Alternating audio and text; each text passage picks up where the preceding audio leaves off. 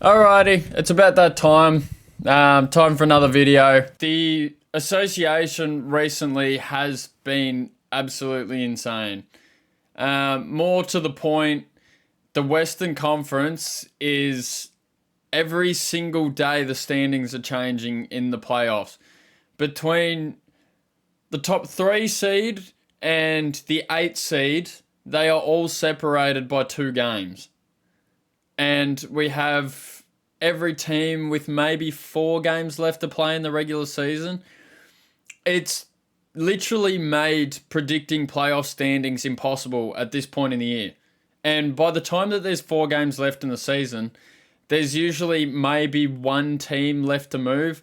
Like in the Eastern standings, maybe one team that can move, the Chicago Bulls and the Atlanta Hawks, they could maybe move in the play-in spot. Miami could jump up there. But like the playoffs are locked. They have 2 teams that could maybe move, the Detroit Pistons and the Milwaukee Bucks, where you go out to the West, you've got the Lakers on 48 wins, the Nuggets on 47 wins, and then the Clippers, the Warriors, the Timberwolves, and the Grizzlies all have 46 wins. Literally 2 weeks ago, the Grizzlies were like the 2 seed, and now they're 8th. It makes no sense. It's ridiculous. I just don't know how to describe it. All of the teams are playing really good basketball. The Warriors lost to the Rockets today, and the Warriors went from the 4th seed at the start of the day to the 6th seed at the end of the day today. It's insane. There's just stuff moving around everywhere. It's made it impossible to predict playoff standings. But in terms of those teams, I think the Lakers, with that amount of wins, with 4 games left, I think they have to play the Thunder again tomorrow or the day after. They played the Thunder today and actually put on a clinic against the Thunder. Stopped the Thunder from being able to achieve 70 wins. The Thunder, at this point, 12 games up on the 2 seed. They're just going to tank for the rest of the year and sort of just rest their guys. I think Shea will maybe play 1 more or 2 more games. He won't play probably their last 3. The Houston Rockets probably won't move now with the win over the Warriors. 4 games clear of the Lakers. The Lakers only have 4 more games left to play. So provided Houston win 1 more game, Houston's not going anywhere. Houston winning the 2 seed to me is really impressive. I'll probably touch more on the surprises and stuff later in another video where I'll talk about all the surprises of the season, all the disappointments of the season, and I'll sort of go through the list.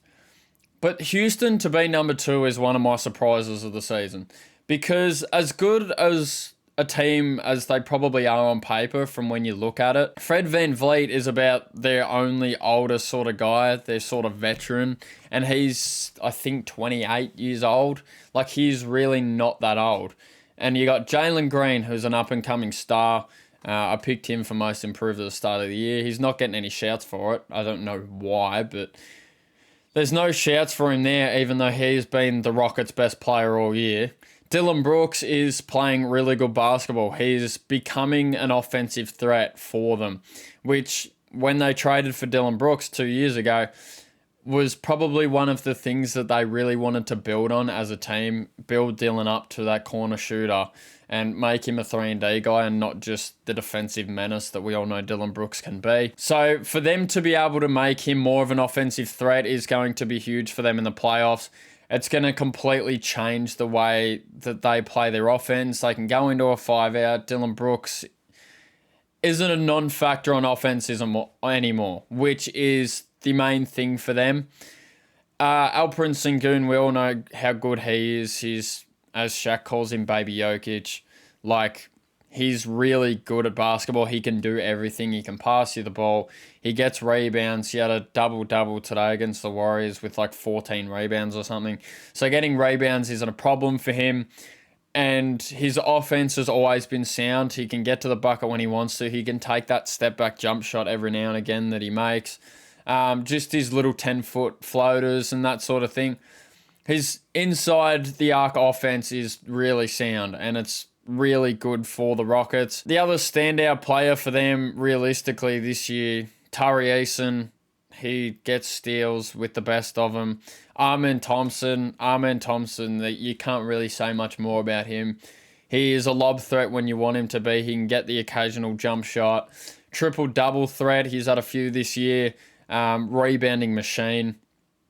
And other than that, like Houston, I have to tip my hat to them. They've been really good all year and deserve the 2 spot. The Clippers at the moment have the season series over the Warriors, which is the reason the Warriors are under the Clippers today. But yeah, so for them to be on top of us, they have the season series split. I'm not too sure in terms of the other splits for the other teams, how that sort of works out, but the Grizzlies stuck under the Timberwolves, stuck under us, literally all because of season series' bracketing. All 4 teams having 46 wins at this point in the year is absurd. Like, literally every single day until the end of the season, the table is probably going to change. And it affects home court advantage, affects whether you play in the play-in or not. A lot of teams will really want to avoid that play-in, unless maybe people favour their matchup against the Rockets. But we all know the play-in tournament is something you probably want to miss, because no matter how good you think you are, if you lose that one game in that 7-8 seed and you go on to win that other matchup, all of a sudden you're playing against the Thunder, who lost 14 games all season. So that's really a risk maybe teams want to take. We're not too sure at the moment, so we'll just see what goes on with that. But these teams are going to have to play their stars until the last game of the season, which for a lot of teams, not really something that the team wants to do, especially considering you're in the threat of a play-in spot where there's about a 5-day turnaround between the play-in and the regular season concluding. It'll really affect the star players in their fatigue. 5 days is a lot for, most people, but at the same time, you want to get them as much rest going into the playoffs as you can. Because in my personal opinion, the Timberwolves are a threat to go first round, second round. The Warriors can go far. The Clippers can go far if Kawhi Leonard keeps playing how he's playing. Kawhi Leonard, as long as he's been back, has been phenomenal for the Clippers. He's done absolutely everything they've needed him to do. He's looked as good on the defensive side of the ball as he has in a long time. James Harden at the helm is really helping Kawhi, and it's really changing their offense. Ivica Zubac, to me, is an absolute standout this year. He deserves all the props in the world. Every other night, I reckon I see him with 15 rebounds, 20 rebounds, and he's scoring as well. He's that high field goal percentage kind of guy where he's going to catch the ball on the block, he's going to make the layup, stand in the dunker spot, get those easy scores. And he's just been instrumental for the Clippers this season. And yeah, he deserves all the props that come his way. The Nuggets are the only one with 1 game above. The Nuggets, I don't think, will drop too many more games. They've dropped a game to the Spurs the other day. They dropped a game to us, and I believe they also dropped another game today, which really hurts them, to be honest, because they could be comfortably in that 3 seed at the moment. They lost to the Pacers today. Jokic, by the way, 41 points, 15 rebounds, and 13 assists. The dude is just... I don't understand how he keeps doing it. It's absolutely insane. But yeah, they've dropped 3 straight now at the pointy end of the year where they probably should have been cemented in that 3 seed by now. But for them to drop those games has really hurt them. That win for the Lakers today was insanely huge for them. Brings them up into a position where I don't think they drop below the 4 seed. But who knows? 4 games left to go. They could drop every single game and move. That's just how insane it is at the moment. Realistically, that's all I really wanted to touch on. The 9 and 10 seed, the Kings and the Mavericks, they're now 3 games up on the Phoenix Suns. So the Phoenix Suns, with all the upside that they've had this year, more than likely aren't going to make the playoffs or even the play-in, which with that roster and Kevin Durant being still in like a second prime, it's really wasting his ability, and it's really quite disappointing, to be completely honest. It wouldn't surprise me if Kevin gets shipped somewhere else this offseason. There's been rumours around it. It has been spoken about briefly from some people. Although Kevin says he doesn't really want to move, I think the move is coming sooner rather than later. Domantas Sabonis as well is another one that they've spoken about. He's gone to the front office and said if they're not going into winning ways that he's going to ask to be moved. The Kings are a weird one. 24 months ago, they were the 3 seed with De'Aaron Fox at the helm, with Domantas, Malik Monk still playing well. But they've got a completely new roster now. No more Kevin Huerter. Keegan Murray's still on the roster, but he hasn't played as well in recent times. Yeah, Zach LaVine and DeMar DeRozan, who were playing at the Bulls together 2 years ago, are now the top 2 players of the Kings. Which, I don't know if the Kings saw how the experiment worked with them in Chicago, but it really didn't go too well. Who knows what's going to go on with that, but Sabonis, if he were to be moved in the offseason, it would be a massive move for them. But yeah, that's realistically all I really wanted to touch on today. I just wanted to get on and talk about these West standings because it's absolutely insane. It's going to keep moving. It's really stopped me from making a predictions video where, to be honest, I could upload a predictions video on the Eastern Conference tomorrow. I'm going to have to wait that little bit longer just because the West is so insanely close and it's going to move every single day. So we'll see what happens, but that's really all I wanted to touch on today. Any of you guys watching this video, I've gotten so much love on some of the videos recently, and I'm really appreciative.